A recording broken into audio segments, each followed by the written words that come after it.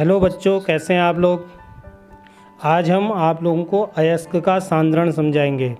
अयस्क के सांद्रण का अर्थ होता है अयस्क में से जो अशुद्धियाँ होती हैं उनको निकालना, यानी कि गैंग को पृथक करना। तो इसके लिए बहुत सारी विधियाँ प्रयोग में लाई जाती हैं, जिनमें प्रमुख हैं फेन प्लवन प्रक्रम, चुंबकीय पृथक्करण, रासायनिक पृथक्करण और इसके अतिरिक्त भी अन्य भौतिक विधियां प्रयोग में लाई जाती हैं। आज हम इस टॉपिक में फेन प्लवन प्रक्रम पर चर्चा करेंगे। तो आइए देखते हैं फेन प्लवन। हाँ बच्चों, तो यह विधि है फेन प्लवन प्रक्रम की। फेन प्लवन प्रक्रम के द्वारा अयस्कों का सांद्रण करने की। तो फेन प्लवन प्रक्रम से हम सल्फाइड अयस्कों का सांद्रण करते हैं। सल्फाइड अयस्क जैसे जिंक सल्फाइड ZnS, ये इस तरह के जो आयन होंगे, जो अयस्क होंगे, उनका सांद्रण हम फेन प्लवन प्रक्रम के द्वारा आसानी से कर सकते हैं। फेन प्लवन प्रक्रम की प्रोसेस में सबसे पहले जो हमारा अयस्क है, अयस्क को जल में घोल करके उसकी स्लरी बना देते हैं और उसको इसमें डाल देते हैं। यानी कि जो अयस्क होता है सल्फाइड अयस्क, उसको इसमें मिला दिया जाता है। तो यहाँ पर हमने डाला इसमें सल्फाइड अयस्क, इसमें हमने प्लस मिला दिया जल, तो इसकी स्लरी बना दी हमने। क्या बना दी? स्लरी बना दी। स्लरी बनाने के बाद इसमें थोड़ा चीड़ का तेल मिलाया जाता है ताकि झाग उत्पन्न हो सके। तो इसमें हम चीड़ का तेल भी मिक्स कर देते हैं। चीड़ का तेल, चीड़ एक वनस्पति होती है, पेड़ होता है, उसमें से कुछ एक पदार्थ निकलता है, तो उससे चीड़ का तेल बनाया जाता है। तो चीड़ का तेल इसमें मिलाया जाता है। और उसके बाद जैसा कि आप यहाँ से देख रहे हैं, ये एक उपकरण है। इस उपकरण में यहाँ से तीव्र वायु प्रवाहित की जाती है। जैसा हमने बचपन में कभी किया होगा ना, गिलास में खाली रिफिल को डाल के ज़ोर से हवा मारते हैं तो उसमें बुलबुले उठते हैं। तो उसी तरह से यहाँ से तीव्र वायु प्रवाहित की जाती है। तीव्र वायु प्रवाहित करते हैं तो जिससे क्या होता है, यहाँ से ये वायु निकलेगी, ये यहाँ पर होल दिए गए हैं, इनसे वायु निकलेगी। वायु जब निकलेगी तो जो मिक्सचर है हमारा, जो स्लरी है, तो स्लरी में से क्या होगा, कुछ झाग उत्पन्न होगा, जिसको मैंने यहाँ पर दिखाया है। ये झाग है, ये जो झाग है ये उत्पन्न होगा। तो ये झाग जो होगा, ये सल्फाइड अयस्क युक्त झाग होगा, फेन होगा। इसीलिए इसको फेन प्लवन प्रक्रम कहा जाता है। तो ये जो झाग है ये सल्फाइड अयस्क युक्त फेन है, यानी कि इसमें सल्फाइड भी होगा, यानी कि सल्फाइड अयस्क युक्त फेन हो गया, युक्त फेन। और इसमें जो अशुद्धियां हैं, जो इम्प्योरिटीज हैं, जो गैंग है, वो नीचे बैठ जाती है। अशुद्धियां कहाँ बैठ जाती हैं? नीचे बैठ जाती हैं। तो इस तरह से ये पूरा का पूरा सिस्टम बनता है। फिर उसके बाद जो ये फेन हमारा बना हुआ है, ये जो बना हुआ है, जो फेन हमारा तैयार है, इसको हम निकाल लेते हैं, अलग से निकाल कर सुखा लेते हैं। और सुखाने के बाद इसको निकाल कर सुखा लिया जाता है। तो सुखाने के बाद सुखा देते हैं। तो सुखाने के बाद हमको क्या होता है, शुद्ध अयस्क इसमें मिल जाता है। और जो अशुद्धियाँ हैं, वो इम्प्योरिटीज नीचे बैठ जाती हैं। इसको हमने निकाल करके अलग कर दिया। तो इस तरह से ये हमारा फेन प्लवन प्रक्रम है, बहुत इम्पोर्टेंट है। इसमें जो होता है अयस्कों के सांद्रण की विधि है। इसमें बारीक जो सल्फाइड अयस्क होते हैं उनको पीस करके एक बड़े टैंक में मिला देते हैं और इसमें तीव्र वायु प्रवाहित की जाती है। और तीव्र वायु प्रवाहित करने पर सल्फाइड युक्त जो अयस्क होता है उसका झाग जो है ऊपर एकत्रित हो जाता है, और जिसे निकाल करके हम सुखा देते हैं। और सुखाने के बाद हमको शुद्ध अयस्क प्राप्त हो जाता है। और जो अशुद्धियाँ होती हैं, यानी कि गैंग होता है, वो नीचे एकत्रित हो जाता है। तो ये प्रोसेस है फेन प्लवन। अब आते हैं इसमें अपचयन, यानी कि सांद्रण की प्रोसेस के बाद इसमें होता है अपचयन। अपचयन मीन्स धातु आयन से धातु प्राप्त करने की क्रिया कहलाती है अपचयन। लेकिन अपचयन से पूर्व हमको जो धातु कार्बोनेट के रूप में होते हैं या सल्फाइड के रूप में होते हैं, ऐसी धातुओं को हमने ऑक्साइड में परिवर्तित करना होता है। क्योंकि जो ऑक्साइड होते हैं वो आसानी से अपचयित होते हैं। तो ऑक्साइड में जो चेंज करने की जो विधियां होती हैं वो दो होती हैं, एक होती है भर्जन और दूसरी होती है निस्तापन। तो सबसे पहले बच्चों हम भर्जन देखेंगे, ठीक है, यानी कि रोस्टिंग, गर्म करने की प्रोसेस है। तो इसके लिए जो भट्टी प्रयोग की जाती है वो कहलाती है परावर्तनी भट्टी। तो इसमें क्या होता है, भर्जन की क्रिया में हम सिर्फ सल्फाइड अयस्क को यूज करते हैं, यानी कि अगर भर्जन करना है तो हमें सिर्फ सल्फाइड अयस्क का ही भर्जन कर सकते हैं। जो अयस्क होगा भर्जन के लिए वो हम सल्फाइड अयस्क यूज करेंगे, जैसे ZnS, ठीक है। तो इस तरह के अन्य सल्फाइड अयस्क भी हो सकते हैं। तो इसमें क्या किया जाता है, सल्फाइड अयस्क को वायु के आधिक्य में, ये यहाँ पर ध्यान रखने वाली बात है कि वायु की अधिकता होनी चाहिए, की अधिकता में, और उसको बहुत ज़्यादा ऊष्मा दी जाती है। परावर्तनी भट्टी में गर्म करते हैं, उसमें बहुत ज़्यादा टेम्परेचर पर उसको गर्म किया जाता है। तो उस गर्म करने की प्रोसेस से क्या होता है, जो सल्फाइड होता है वो धातु के ऑक्साइड में परिवर्तित हो जाता है।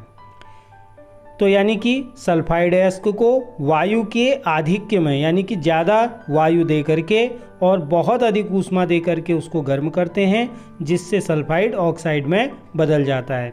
यह क्रिया भर्जन या रोस्टिंग कहलाती है। तो इसमें जैसे हम एक एग्जाम्पल लेते हैं जिंक सल्फाइड का, तो जिंक सल्फाइड को वायु की उपस्थिति, यानी कि ऑक्सीजन हम इसमें ले रहे हैं और इसको हम गर्म करेंगे तो हमको क्या प्राप्त होगा, जिंक ऑक्साइड प्राप्त हो जाएगा ZnO, और साथ में oxygen gas, sulphur dioxide gas, ये निकल जाएगी भट्टी से बाहर। तो परावर्तनी भट्टी इसमें यूज की जाती है। इस समीकरण को हम संतुलित करेंगे तो ये हमारी हो गई भर्जन की क्रिया। तो जो दूसरी प्रोसेस होती है ऑक्साइड में बदलने की, वो होती है निस्तापन। निस्तापन की प्रक्रिया में हम जो कार्बोनेट अयस्क होते हैं, भर्जन में हम क्या करते हैं, सल्फाइड अयस्क का भर्जन करते हैं, तो यहाँ पर कार्बोनेट अयस्क का भर्जन करते हैं। कार्बोनेट अयस्क को वायु की अनुपस्थिति में, यानी कि वहाँ पर हमने वायु की मात्रा अधिक ली है, यहाँ पर वायु की अनुपस्थिति या वायु की सीमित मात्रा का हम प्रयोग करेंगे। और अगर उसको उच्च ताप पर, यानी कि हाई टेम्परेचर पर गर्म करते हैं भट्टी में, तो उसको, उसके कारण क्या होता है, जो कार्बोनेट होते हैं वो ऑक्साइड में बदल जाते हैं, ऑक्साइड में बदल जाते हैं। यह प्रक्रिया क्या कहलाती है, निस्तापन कहलाती है। एक एग्जाम्पल से हम इसको समझते हैं। Calcium carbonate CaCO3, calcium carbonate ले लेते हैं जो कार्बोनेट अयस्क है, वायु के अब्सेंस में इसको हम गर्म करते हैं तो हमको क्या प्राप्त होता है, कैल्शियम ऑक्साइड प्राप्त होता है, और साथ में CO2 गैस इसमें से निकल जाती है। तो यह क्रिया कहलाती है निस्तापन की। तो बच्चों, इसमें भर्जन और निस्तापन दोनों बहुत महत्वपूर्ण हैं और ये आपकी परीक्षा की दृष्टि से बहुत इम्पोर्टेंट है। तो इनका जो अंतर है वो एग्ज़ाम में आता है। तो अगर एग्ज़ाम में अंतर आता है तो आप बहुत अच्छी तरह से लिख सकते हैं। भर्जन सल्फाइड अयस्कों का किया जाता है। भर्जन में जो सल्फाइड अयस्क होते हैं उसको वायु की उपस्थिति में गर्म किया जाता है, जिससे वे ऑक्साइड में बदल जाते हैं। जबकि निस्तापन में कार्बोनेट अयस्क को ऑक्साइड में बदला जाता है। इसमें वायु की अनुपस्थिति रहती है या सीमित मात्रा में वायु रहती है, और इसको अगर हम उच्च ताप पर गर्म करते हैं तो यह ऑक्साइड में बदल जाता है। यह प्रोसेस निस्तापन कहलाती है, यानी कि कैल्सिनेशन कहलाती है। तो इसमें हम एक एग्जाम्पल ले लेते हैं कैल्शियम कार्बोनेट का। CaCO3 वायु की अब्सेंस या वायु की सीमित मात्रा की उपस्थिति में जब हम इसे गर्म करते हैं तो ये कैल्शियम ऑक्साइड बन जाता है और CO2 बन जाता है, और इसके बाद जो ऑक्साइड बनते हैं उनका अपचयन बहुत आसानी से होता है। हाँ, तो बच्चों, निस्तापन के बाद जब अपचयन की प्रोसेस हो जाती है तो तब हमें धातुओं को शुद्ध करना होता है। यह प्रोसेस कहलाती है धातुओं का परिष्करण, प्यूरिफिकेशन है या रिफाइनिंग भी हम इसको कहते हैं। तो अपचयन प्रक्रमों से प्राप्त धातुएं क्या होती हैं, अशुद्ध होती हैं, यानी कि उसमें इम्प्योरिटी होती है। जो अशुद्धियाँ होती हैं, यानी कि शुद्ध धातु प्राप्त नहीं हो पाती अब तक भी हमको, तो उसमें जो इम्प्योरिटीज़ होती है तो उनसे शुद्ध धातु प्राप्त करने के लिए इनका शोधन किया जाता है। ठीक है, तो यह प्रक्रम क्या कहलाता है, परिष्करण या रिफाइनिंग कहलाता है। तो सबसे पहले इसमें जो बड़ा इम्पोर्टेंट है वो विद्युत अपघटनी परिष्करण है।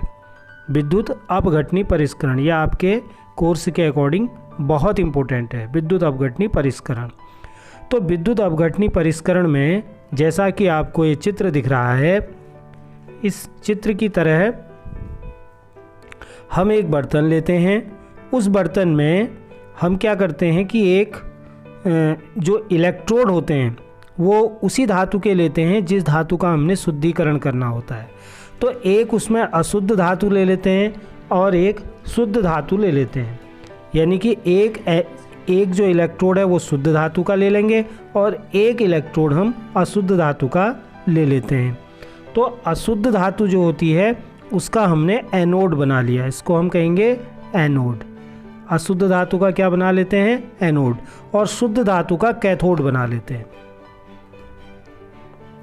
यहाँ पर लिख देता हूँ, जो अशुद्ध धातु जिसको हमने शुद्ध करना है उस धातु का हम बनाएंगे एनोड, और जो हमको शुद्ध धातु जिस प्रकार प्राप्त होती है यानी कि शुद्ध धातु का एक प्योर धातु का इलेक्ट्रोड बना लेते हैं, तो वो होता है, वो कैथोड कहलाता है। अब इस प्रोसेस में दूसरा चीज़, इसमें ये विलयन दिख रहा है आपको, ये विलयन जिस धातु के इलेक्ट्रोड होते हैं और उसी धातु का हम क्या करते हैं, इसमें एक विलयन ले लेते हैं, एक इसको कहते हैं विद्युत अपघट्य। तो हम यहाँ पर कॉपर का इलेक्ट्रोड यूज कर रहे हैं, तो हमें जैसे कॉपर का शुद्धिकरण करना है तो हम कॉपर का इलेक्ट्रोड ले रहे हैं। ये भी कॉपर का इलेक्ट्रोड है, ये भी कॉपर का है, ये शुद्ध कॉपर का है और ये अशुद्ध कॉपर का है।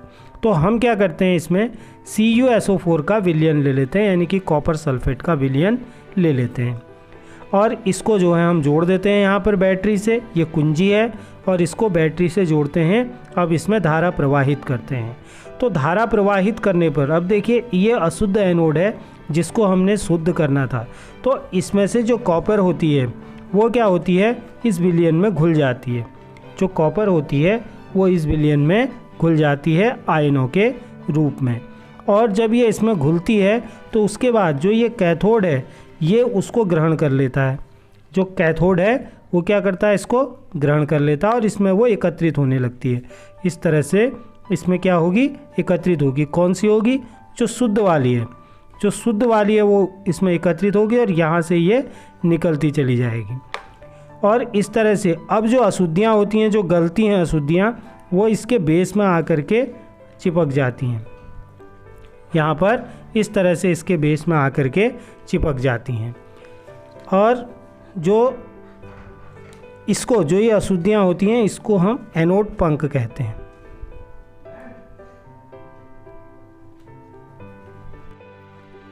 तो ये आप लोग समझ गए, इसको एनोड पंख कहते हैं। तो ये इसके शुद्धिकरण की विधि है। तो इस विधि के द्वारा कॉपर, आपका टिन, जिंक, सिल्वर, गोल्ड आदि को शुद्ध किया जा सकता है। इसमें अशुद्ध धातु का एनोड होता है, शुद्ध धातु का कैथोड होता है, जैसा मैंने आपको बता दिया। और जो धातु लवण होता है उसके विलयन का प्रयोग हम विद्युत अपघट्य के रूप में करते हैं। धारा प्रवाहित जब इसमें की जाती है तो क्या होता है, एनोड शुद्ध धातु के विलयन में घुल जाता है। जो एनोड होता है वो घुल जाता है, ठीक है, विलयन में घुल जाता है। और जो शुद्ध धातु होती है वो बाद में कहाँ पर आ जाती है, जो कैथोड होता है वहाँ पर एकत्रित हो जाती है और अशुद्धि बचती है, उसको एनोड पंख कहा जाता है। तो ये इसके अपघटनी जो परिष्करण की विधि है। तो ये इसके पूरी प्यूरिफिकेशन है, ये इसकी पूरी हो गई आपकी। तो आज के लिए बस इतना ही। Thank you.